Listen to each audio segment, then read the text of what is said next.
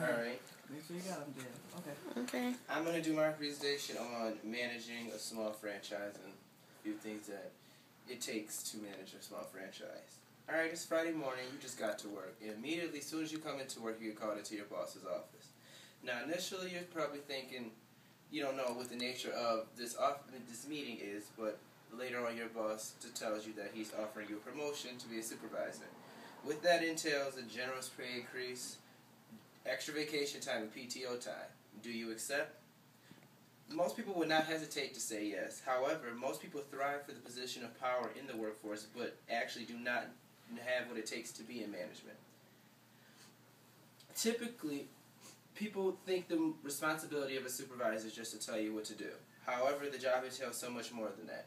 The first thing that it must be understood with becoming a part of management is that everything starts with you. The way you conduct yourself should always be professional. And you should always be setting an example for your employees. Let's face it, we've all had to work with lazy managers that didn't do anything while they were working but expected the world from you. Which is not fair, because you expect the world from me but you're not doing anything. It kind of makes you alter the way your perception of that manager is. But when in management, you need to remember that you're the role model. And you need to refrain from getting into a do as I say, not as I do attitude. You also need to be providing structure for your employees. Setting guidelines and limits is a major responsibility of someone in the leadership role.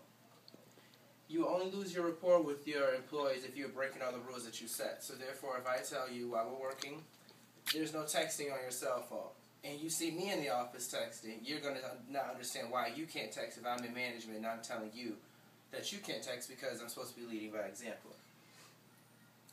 You must be very knowledgeable. When you're at work, when your employees are at work, when they have a question, they're supposed to be able to come to the ones in the leadership roles, the managers, the supervisors, to help get their questions addressed.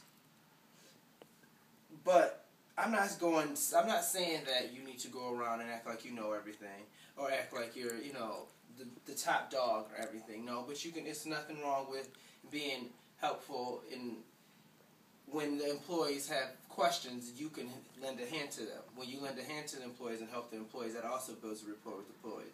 A lot of the things with becoming a successful manager, you need to be building your rapport with their employees. Another thing that you want to make sure that you do is you do not power trip. A lot of people, when they get into leadership roles, they're not used to having leadership roles, or used to being in positions of power. They tend to power trip. Power tripping is the fastest way to lose your rapport with their employees, because they're going to always look at you as being the manager that power trips, so therefore they're not going to really want to understand or care what you have to say. Therefore, if you don't abuse your authority and you use your authority correctly while you are in the leadership role, you have better rapport with your employees, and it will make an easier environment.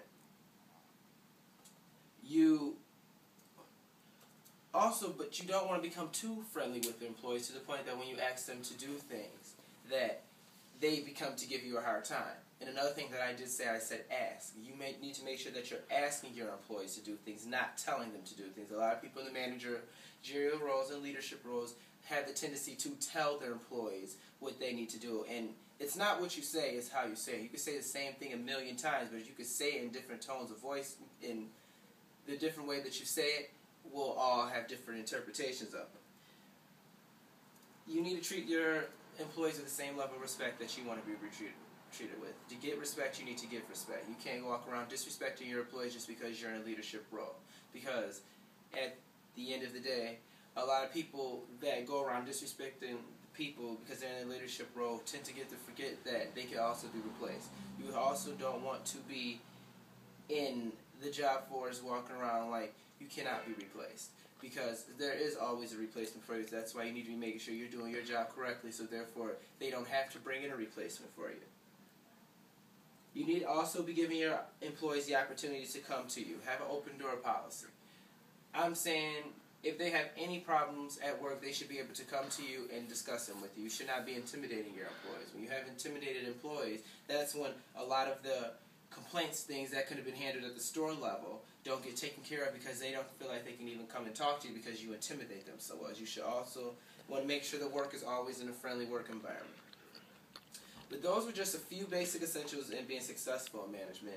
There are a lot of other things to be aware of besides maintaining the supervision of your employees and making sure that things are being done correctly and make sure your daily duties day in and day out are being done correctly. But you also have to possess some of these key elements to be successful in management.